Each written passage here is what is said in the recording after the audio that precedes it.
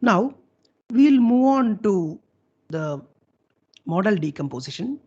For model decomposition, let's write model decomposition. Model decomposition. For simplicity, we consider matrices that have unique eigenvectors for each eigenvalue. The right and left eigenvectors would be defined first.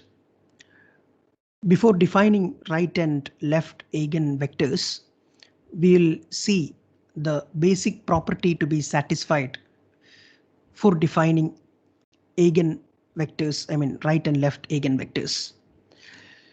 So the right and left eigenvectors corresponding to a particular eigenvalue lambda can be defined to have unity dot product. So that is a property.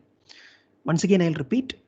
The right and left eigenvectors corresponding to a particular eigenvalue lambda can be defined to have unity dot product.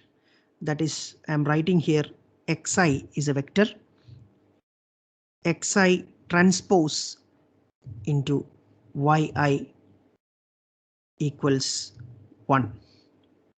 Let xi be the right eigenvector and yi be the left eigenvector for the eigenvalue lambda I.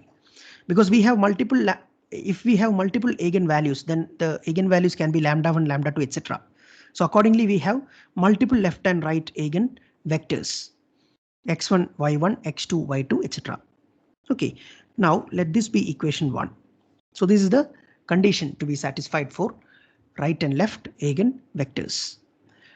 Now we will define eigenmatrices, right and left eigenmatrices. These are right and left eigenvectors.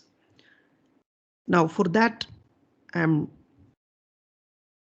denoting right eigenmatrix by capital V. Right eigenmatrix is obtained by augmenting different right eigenvectors x1, etc., xn. Okay, so this is right eigenmatrix. Okay, now W is left eigenmatrix. How is left eigenmatrix obtained? By augmenting left eigenvectors. So y1, y2, etc., yn. Okay, now we have the property xi transpose into yi equals 1, right? From this equation 1, we can write W transpose V equals I, because we have inside W left eigenvectors. We have inside V right eigenvectors. So if we expand this, the expansion will be the dot product of right and left eigenvectors. So this will be identity matrix, right? As these are matrices, we represent this by identity matrix. Okay. Now from this, which implies W transpose can be written as, if V is taken to this side, we can write this as V inverse, right? Now I am putting it as equation 2, and I'm going to define the diagonal matrix of eigenvalues. How will I define that? Big lambda.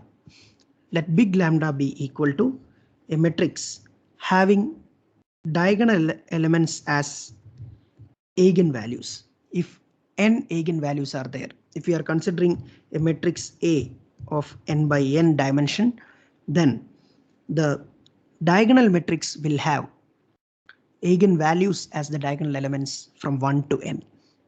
Okay, so this is the eigen matrix of, eigenvalue matrix. Okay, now I'm going to define Ax equals lambda x. Here it is V and W, right? Right eigen matrix and left eigen matrix. So I'm writing this as AV equals AV. One second. AV equals V lambda. So when we expand this, inside we will get AX, right? Because V has right eigenvectors x1, x2, etc. So the matrix is multiplied with x1, x2, etc. So AX equals lambda x. This is same as AX equals lambda x. Okay, inside big lambda we have lambda 1, lambda 2, etc. So AX1 equals lambda 1 x.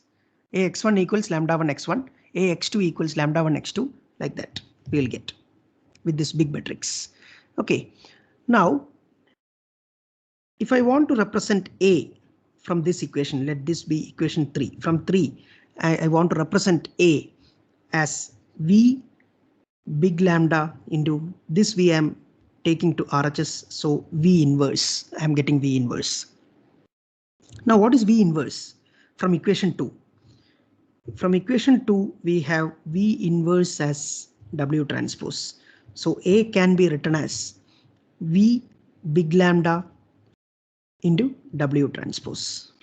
Okay, so now the n by n matrix A is represented as or decomposed to left and right eigenvectors multiplied with the eigenvalue. Right, so for each one, I'm expanding this now. Sigma I equals 1 to n. I have an n by n matrix A. So I equals 1 to n. Then I will have n number of eigenvectors, right eigenvectors and left eigenvectors, and n number of eigenvalues. So I'm taking sigma I equals 1 to n. Lambda I into Vi, this is vector, right, into Wi, this is also a vector transpose. So for lambda 1, the eigenvalue lambda 1, I have right eigenvector as V1 and left eigenvector as W1 transpose, plus I have second eigenvalue for the n by n matrix A as lambda 2. Then I will multiply it with V2, the right eigenvector, corresponding right eigenvector. These are vectors. Right eigenvector into left eigenvector transpose, plus etc. What is the dimension? N by n. So it will go till lambda n into Vn into Wn transpose. So this is modal decomposition. So a matrix, n by n matrix A is now decomposed in the form of left and right eigenvectors and the diagonal eigenvalue matrix. We will use this in the QV model analysis. But before moving on to the QV model analysis, the matrix in which we are interested in the QV model analysis is the reduced Jacobian matrix, because we need to analyze the response of the system, or we need to analyze different bus voltage profiles and its stability based on the Jacobian. So we are interested in the eigenvalues and eigenvectors of the Jacobian or the reduced Jacobian. You can see the previous lecture, in the VQ sensitivity analysis lecture. There we have defined the reduced Jacobian.